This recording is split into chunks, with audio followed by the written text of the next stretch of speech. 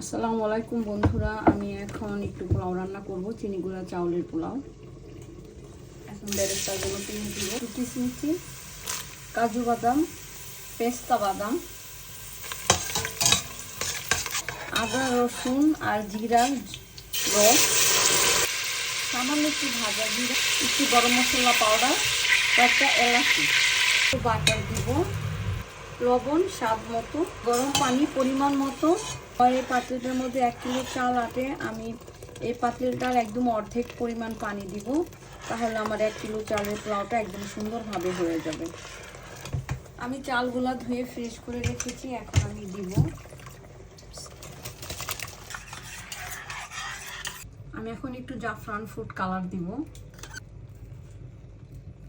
আমি 2 ধরনের food colour দিব, এটা হচ্ছে হালকা হালকা হলুদ কালার, আর এটা এখন আরেকটা দিব অরেঞ্জ কালার।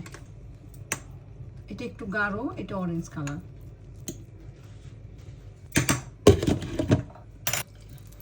এটা বাটার, আমি বাটার দিয়ে ঘি বানিয়ে দিলাম।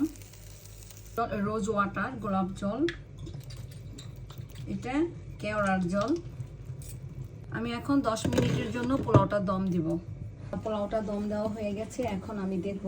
খুব সুন্দর একটা মিষ্টি গন্ধ বের হয়েছে বন্ধুরা, দেখি আমার পোলাওগুলো কেমন হয়েছে। খুব সুন্দর হয়েছে, একদম ঝরঝরা হয়েছে, সুন্দর একটা গন্ধ হয়েছে, কালারটাও খুব সুন্দর হয়েছে।